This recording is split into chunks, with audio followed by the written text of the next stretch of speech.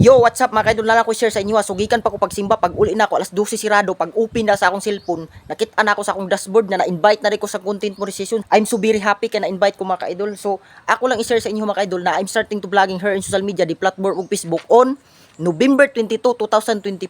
Well, I will continue to vlogging. Now a month, na-invite na ko.